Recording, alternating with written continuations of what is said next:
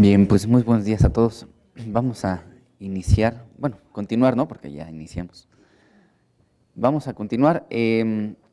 Quisiera que termináramos, tenemos todavía 2 sesiones más. Quisiera que termináramos de ver pues, todo lo que traigo aquí en las láminas. Les voy a mandar un material complementario para la siguiente sesión, en donde vamos a analizar los decretos y cosas que están ahí especiales en facilidades, en estímulos fiscales, pero una vez que ya hayamos entendido lo que está en ley, ¿sale? Y por qué la aplicación. Entonces, seguramente les mandaré entre hoy y mañana un material complementario para que lo puedan tener en sus materiales y lo podamos ver. Preguntaba al inicio con los compañeros que están por aquí,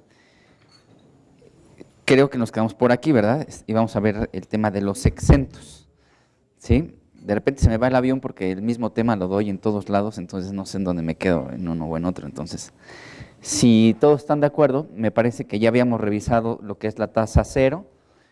Si no mal recuerdo, platicamos del tema de los alimentos preparados y lo que ha surgido en controversias con eso, con el tema de alimentos preparados, el efecto que tiene la tasa del 0% respecto a los exentos, y vamos a entrar a analizar algunas fracciones de lo que son los actos o actividades que están exentos.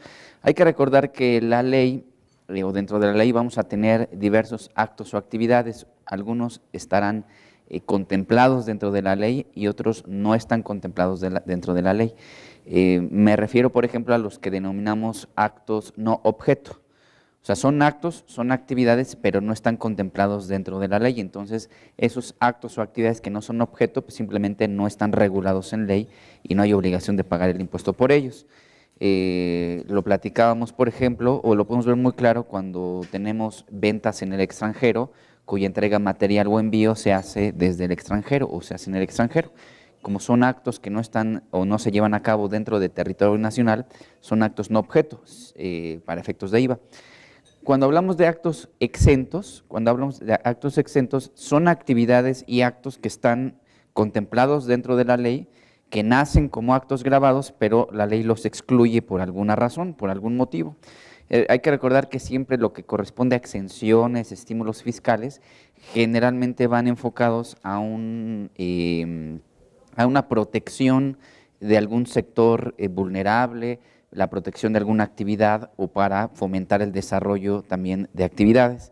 En el tema de actos exentos, pues simplemente la ley exime, los libera del pago del impuesto, pero son actos o actividades que están regulados dentro de la ley. Entonces vamos a platicar de los que están exentos y también recordando que muchos de estos actos exentos, los actos exentos dan como consecuencia el que el contribuyente no tenga derecho al acreditamiento, que ya también lo habíamos platicado. Un contribuyente que únicamente realiza actos exentos no puede llevar a cabo el acreditamiento que permite el artículo 4 de la ley del IVA. Entonces, ese derecho de acreditamiento, todos los que llevan a cabo actos exentos no lo pueden desarrollar. Dentro del rubro de enajenaciones, vamos a encontrarlo dentro del artículo 9, y ahí, por ejemplo, encontramos que el suelo, la venta del suelo es un acto totalmente exento, no hay obligación del pago del impuesto. Por ejemplo, si yo voy a Xochimilco y compro un costal de tierra negra, ¿a qué tasa va a gravar la tierra negra? Si voy a Xochimilco, ¿no? Ya ven que venden costales de tierra negra y de colores, ¿no? También, bueno, voy, compro ¿por qué al 16%? No es el suelo que vendes, es la extracción. Ok. Ok, a lo que se refiere a la disposición es el suelo, la tierra, una parte de la corteza terrestre donde la gente pisa y se pueden incorporar inmuebles, no la tierrita, ¿no? La tierra es tierra y el suelo es suelo, prácticamente, pero no lo define. Entonces prácticamente a lo que tenemos que darle el sentido a esta primera fracción es que es una parte de la corteza terrestre en donde se ha configurado la propiedad privada que se puede enajenar. ¿Sale? Entonces el suelo está exento para efectos del pago del impuesto al valor agregado. Por eso cuando vamos y adquirimos un inmueble, un departamento, una casa, tenemos que separar cuánto corresponde al terreno, cuánto corresponde a la construcción, porque si es suelo, el suelo está exento. Si es una construcción que se destina para uso comercial, entonces por parte de la construcción yo tengo que pagar el impuesto a la tasa del 16%. Si la construcción se utiliza o está destinada para casa-habitación, que ahorita la vamos a ver, que es la segunda fracción, construcciones adheridas al suelo, destinadas o utilizadas para casa-habitación, entonces también va a estar exenta esa enajenación. Entonces, en todas las escrituras, si ustedes las han revisado o han tenido oportunidad de verlas, siempre el notario tiene que separar cuánto corresponde a construcción y cuánto corresponde a terreno para efectos de verificar si causa o no el impuesto al valor agregado. Entonces, la construcción destinada o utilizada para casa-habitación, pues también tiene una exención. Si ustedes ven, la realidad es que no señala quién la adquiere. O sea, una persona moral puede adquirir un inmueble destinado para casa-habitación y sigue estando totalmente exento. No tiene que ver con la persona, sino el uso o el destino que se le da al inmueble. La siguiente fracción se refiere a la enajenación de libros, periódicos y revistas. Libros, periódicos y revistas. A diferencia de la tasa cero que habíamos revisado en sesiones pasadas, platicábamos que la tasa cero le corresponde a quien es el editor. Quien es el editor de los libros, a él le corresponde la tasa del 0%, porque en la edición platicábamos que hay un proceso mucho más grande en donde el editor le incorpora la pasta, el diseño, la corrección de estilo, la traducción, la revisión de ortografía, vaya, le hace muchos procesos que en determinado momento si le dieran la tasa, o bueno, más bien le dieran la exención en la enajenación de los libros, tendría que absorber el costo del 16% del IVA que le trasladan y lo tendría que repercutir en el precio. Entonces, lo que ocurre es que para efectos de la tasa cero, o bueno, para la venta de libros, periódicos y revistas, a lo que es el editor le dan el beneficio de tasa cero para que recupere el 16% de IVA que paga a sus proveedores, pero a los que son únicamente comercializadores, Sanborns, incluso Porrúa y muchas otras casas de libros, ellos tienen la exención. La exención para que no trasladen el IVA al consumidor final y él termine pagando un 16% de IVA y no lo pueda recuperar. En la exención, pues prácticamente lo que ocurre es que esta comercialización de libros pues no implica un proceso tan grande como es la edición. Por lo tanto, el IVA que pudieran absorber en costos y gastos pues es menor. Cuando compraron el libro, se lo enajenaron a tasa cero, por lo tanto no hubo desembolso de un 16%. Y para vender el libro, pues la verdad es que el costo es mínimo, ¿no? La bolsita, la parte de la luz que le corresponde al anaquel, quizá la renta. Entonces ya no hay un proceso tan grande como en la edición. Entonces aquí esta fracción tercera, en el artículo 9, prácticamente solamente habla de lo que es la comercialización de los libros. Pero también habla, por ejemplo, del derecho para usar o explotar una obra que realice el autor. Cuando el autor permite que una persona explote o use su derecho intelectual, ese derecho de autor, también va a estar exento. Porque no le dan el beneficio de la tasa del 0% porque tampoco tiene un proceso tan grande de industrialización.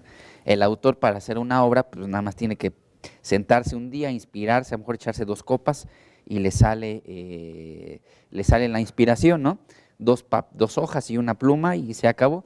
Entonces no tiene un proceso tan grande como lo que es la edición, por eso también cuando el autor permite el uso o la explotación de su obra, pero vean que dice que realice el autor, o sea, tiene que ser el autor. Si es una persona distinta al autor, ya no entra dentro del supuesto.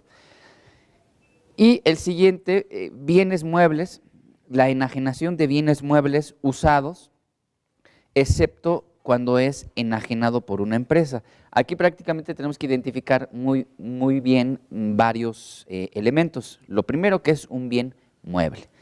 2, en qué momento ya está usado. Y 3, cuando es o no por empresa. Si yo, por ejemplo, en el despacho, Suárez Amador S.C., vendemos las computadoras viejas porque ya no soportan la nueva versión del CFDI 3.3, entonces tenemos que actualizar todas las computadoras viejas y se las vendo a uno de mis empleados porque él fue el que le interesaron las computadoras, porque quiere poner un café internet. se las vendo, la pregunta es, ¿le tengo que trasladar o no el impuesto al valor agregado? Sí, no. ¿Le traslado o no el impuesto al valor agregado? ¿Quién dijo no? No, ¿por qué no? Por acá micrófono, a ver si nos ayudan. Cuando dicen no, no hay obligación de trasladar el impuesto al valor agregado. Soy persona moral, soy sociedad civil. ¿Por qué? Sí, lo que pasa es que ahí dice, a excepción de los enajenados por empresas, y una SC no es empresa, entonces no causa IVA. Exacto, estaría exento. ¿Están de acuerdo?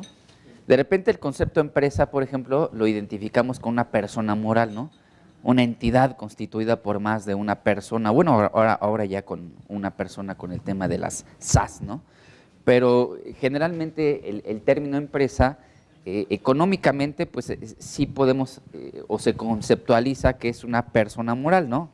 Una entidad con más de dos personas, pero fiscalmente el concepto empresa pues puede resultar que sea una persona física o una persona moral, pero la característica es que conforme al artículo 16 del Código Fiscal de la Federación, para que sea empresa pues tiene que realizar actividades empresariales.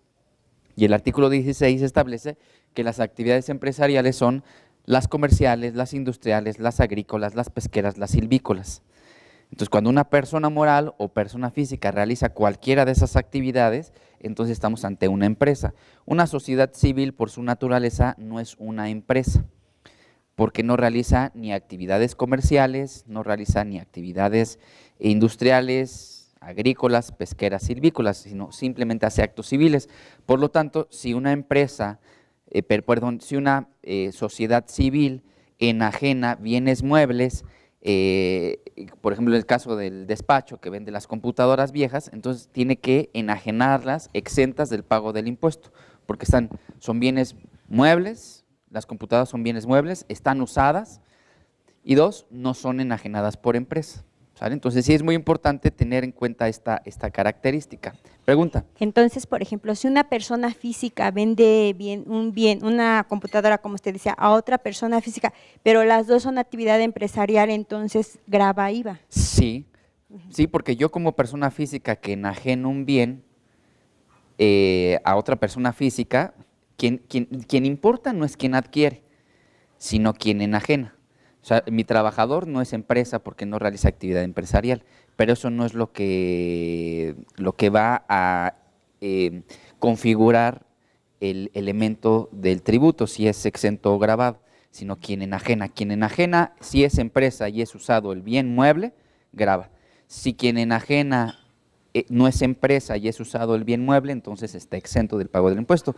Ahora, yo también te preguntaría, porque es muy general la pregunta, o sea, tú dices, bueno, una persona física enajena un bien mueble a otra persona física, la que enajena tiene actividad empresarial.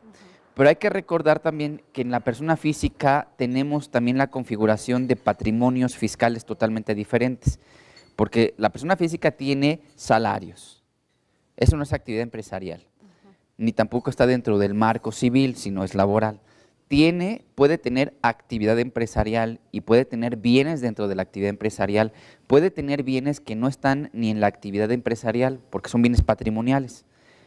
Entonces, por ejemplo, si yo tengo actividad empresarial y vendo el coche familiar, el cual no lo hice deducible en la actividad empresarial, no lo ocupo en la actividad empresarial, entonces es un bien que estoy enajenando fuera de la actividad empresarial, entonces también estaría exento del pago del impuesto. Entonces, ¿cómo lo vamos a identificar en la persona física? Porque para que esté dentro de la actividad empresarial el bien mueble y esté sujeto al pago del impuesto, tuvo que haber sido deducible dentro de la actividad.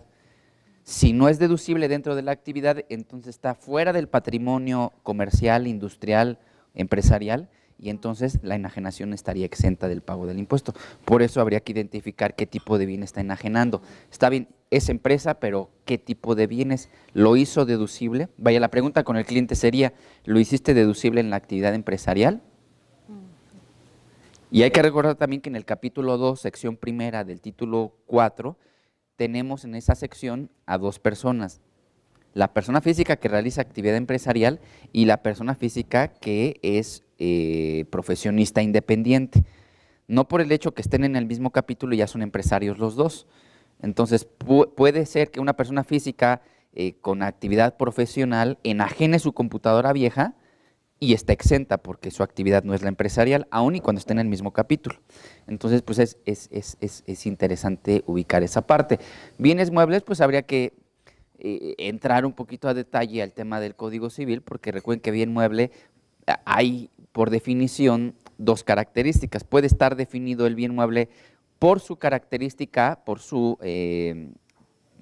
característica o por definición de ley. Generalmente los bienes muebles son aquellos que se trasladan o se pueden trasladar de un lugar a otro, ¿están de acuerdo? Los bienes muebles son aquellos que se pueden trasladar de un lugar a otro o que están representados por bienes o derechos tangibles, pero no todos. Entonces hay bienes, por ejemplo, que no son muebles, sino son inmuebles, y a veces la característica nos hace que nos confundamos. Por ejemplo, si yo hablo de una vaca para el ganadero, ¿la vaca para el ganadero será un bien mueble o un bien inmueble? La vaca para el ganadero, la bestia de trabajo. Para el ganadero, ¿qué será? Si le aplicamos la definición por su característica, pues diríamos que es un bien mueble. ¿Por qué? Pues la vaca se puede mover de un lugar a otro, pero no. La vaca para el ganadero es un bien inmueble, por disposición de ley. ¿Sale? La vaca para el ganadero es un inmueble. Por ejemplo, si yo llego con el ganadero, le presto un servicio de contabilidad o un servicio de asesoría fiscal y me dice, oye, no tengo dinero, te pago con esa vaca lechera. Le digo, pues dice el dicho de lo perdido a lo recuperado, pues venga. Entonces me da la vaca y me la llevo a su casa, pues para que nos dé leche todas las mañanas, ¿no? Esa vaca para el contador, ¿qué es? ¿Mueble o inmueble? Pues para el contador va a ser bien mueble. Entonces, el bien mueble se va a definir por su característica o por disposición de ley, ¿sale? Por disposición de ley. Les voy a poner otro ejemplo. Vamos a pensar que, creo que ya hablamos un poquito de lo que es el usufructo, ¿sale? El usufructo creo que ya lo habíamos definido cuando vimos otorgamiento de uso-goce. El usufructo es el derecho real y temporal de disfrutar bienes ajenos. El usufructo, por su característica, es un derecho, es un bien intangible. Entonces vamos a pensar que yo a la contadora le doy el usufructo de aquí del Sevilla Palace, ¿no? Le doy el usufructo. Ella, no es que sea suyo el Sevilla Palace, sino ella tiene el derecho. Ese derecho, por ejemplo, o los derechos por disposición del Código Civil, se establece que son bienes muebles. Pero en particular ese derecho que ella tiene, cuando un derecho recae sobre un bien inmueble, al derecho se le va a dar la característica de inmueble. Entonces, ese derecho que la contadora tiene de usar y gozar el Sevilla Palace, ese es un bien inmueble, porque recae sobre un bien inmueble. Entonces, hay muchas situaciones que hay que contemplar ahí en el tema civil para identificar cuando estamos ante un bien mueble o ante un bien inmueble. Billetes y demás comprobantes que te permitan participar en loterías, rifas, juegos con apuestas y concursos de toda clase también están exentos del pago del impuesto. Cuando le jugamos a la lotería, al melate y cosas de ese tipo, aparte de pagar el 1% del impuesto sobre la renta, pues está exento, ¿no? Entonces, pues vean que ahí está. Sí, pregunta por aquí, micrófono. Déjenme le paso el micrófono para que… Sí. Hablando de bienes muebles, ¿qué pasa? Lo que pasa es que, bueno, ya he tenido varios casos en los cuales a una sociedad civil, el activo fijo que teníamos como equipo de transporte tuvo un accidente y la aseguradora lo declara pérdida total. Sí. Pero para que la aseguradora devuelva al lídero, Hay que facturarle. forzosamente ellos quieren la factura desglosando el IVA. Sí. Obviamente no lo pude conseguir, incluyendo dándoles el fundamento, y tuve que emitir el CFDI con IVA. Con el IVA. Entonces, sí se me hace así como que incongruente, ¿no? Porque las aseguradoras, los casos que a mí en lo personal me han tocado, requieren el CFDI desglosando el IVA. Pero ¿qué concepto le pones en la factura? O sea, ¿qué estás facturando? Porque probablemente estás facturando el ingreso que te está dando en concepto de No, indemnización ellos mandan el machote y es la descripción literal del del vehículo, auto. del automóvil, sí. En estricto sentido tendría que ser exento. Sí. Si es sociedad civil debe de estar exento. Entonces yo creo que es un tema ahí de la aseguradora, porque lo que está haciendo la sociedad civil al final del día es una enajenación, está Exacto. transmitiendo el derecho, la propiedad del vehículo que pues, por algún lugar debe de estar. Entonces, en ese sentido sí debería de estar exento. Yo creo que es un tema que habría que revisar con la aseguradora, porque independientemente de que se le venda a la aseguradora a un trabajador o a cualquier otra persona, si lo hace una persona que no es empresa, está exento, y más si es usado. Ok. Entonces yo creo que ahí está algo mal. Sí puede ser que ahí en sus áreas fiscales pues, están contemplando mal la disposición o están dándole la interpretación correcta. Y aparte, a lo mejor muchas veces nos vamos con la idea de que porque no está desglosado el IVA ya no es deducible, porque hay que recordar que el artículo 27 en la fracción 15 de la ley del impuesto sobre la renta dice ahí que para que la deducción autorizada, uno de los requisitos es que se realice con contribuyentes que causen el impuesto y el impuesto esté debidamente, en forma expresa y por separado en los comprobantes, pero eso no tiene nada que ver. Entonces sí es exento. Debería en ese estar caso. exento, sí, Ok. debería estar exento. Ahora, ¿qué es lo peor que pudiera pasar? Tú trasladaste un impuesto que no debiste haber trasladado, lo debiste haber enterado y la aseguradora pues, lo va a acreditar, malamente lo va a acreditar. Si tú, por ejemplo, en algún momento pides o te determina la autoridad que fue un pago de forma indebida, te va a decir, oye, no debiste haber cobrado el IVA por esta operación. Lo que va a pasar es que se va a quedar así, porque tú no puedes recuperar el IVA por pago de lo indebido, porque la reforma del 2005 en materia de devoluciones, en el artículo 22, no permite que tú recuperes el IVA pagado indebidamente, porque quien lo va a recuperar es quien efectivamente lo pagó, a quien se le trasladó. Entonces la aseguradora tendrá que pedir la devolución de ese IVA que pagó indebidamente, pero siempre y cuando no lo haya acreditado, porque si ya lo acreditó, adiós, ya no puede. ¿Sale? ¿Dudas por aquí, acá atrás micrófono? ¿Dudas? Sí, esa reforma se la debemos al jefe Diego. Se han de acordar que el tema de Jugos del Valle y la Sí. devolución que les dieron y nadie recuperó su IVA cuando compraron juguitos, pues fue por eso. Sí, ahorita que estoy acordándome, por ahí leí un criterio del SAT donde dice que si cobramos un IVA que no correspondía, que no lo declaremos, que lo debemos de tomar como otros ingresos. A ver, nuevamente, si Sí. nosotros trasladamos, Como el caso de la compañera que cobró un IVA de manera indebida, ok, trasladó un IVA indebido, que no lo enteremos como IVA, que lo registremos como otros ingresos. Por ahí había un criterio del criterio? SAT, sí, ok, por ahí me no, acuerdo. no lo conozco, soy sincero, ahorita lo revisamos, pero, pero si ya lo pagué, No, pues ya se quedó. habría que ver, habría que analizar bien el efecto que tendría eso. Porque se acuerdan que yo les dije la sesión pasada que analizamos el artículo primero, que yo les decía que el IVA trasladado o eso que trasladamos, en realidad para nosotros, cuando hacíamos la reflexión, ¿se acuerdan? Esa reflexión, el IVA es un ingreso, o sea, en realidad es un ingreso. O sea, la verdad es un ingreso. Sí. Solamente que iba a decir 75 años, no, 37 años se ha manejado el IVA conforme a lo que la doctrina siempre ha señalado. Pero por eso tenemos el artículo 28 de renta, no sé si lo habrán podido revisar algunos de pura casualidad, pura inquietud, que les haya dado la inquietud y hayan revisado antes de la reforma del 14 el artículo 28 y el 109 fracción 15. Entonces ahí era muy claro que el impuesto es exento, pero bueno, si existiera todavía ese artículo, yo creo que tiene razón el criterio, porque cuando tú trasladas sin tener derecho, entonces no es IVA trasladado, es otra cosa, o sea, cobraste otra cosa adicional, pero bueno, habría que revisar qué ocurre, ¿no? Habría que revisar qué ocurre. Pero bueno, dudas. Siguiente. Pregunta, aquí por aquí. Pregunta. Entonces, cuando una persona moral le vende a una persona física con actividad empresarial grava IVA. Moral, Ajá. ok, pero ¿de qué estamos hablando? Fíjense que, o sea, tenemos Bueno, que identificar a si es una un SA, bien, una persona. Ajá. si es mueble, si es Es usado. bien mueble. Y si quien vende, o sea, o sea, Usado, ajá. vamos, o sea, para poder entender, créeme que la materia fiscal es muy difícil. Ajá, sí, Por eso entonces, soy muy, muy quisquilloso, porque si yo contesto así y trae el caso y contesto pensando que me está preguntando por parte de una persona moral que no es sociedad civil, le voy a contestar mal. Entonces, por eso, a ver, por ejemplo, una persona moral SA ok, que le vende un coche a una persona física ok, con usado, actividad usado ok, a una persona física con actividad empresarial, ahí definitivamente grava IVA. ¿por qué grava IVA?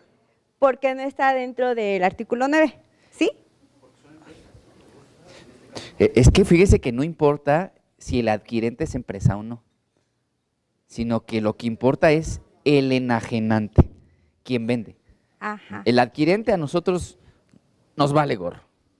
El adquirente no me interesa, Ajá. sino quien vende, porque va a ser el sujeto.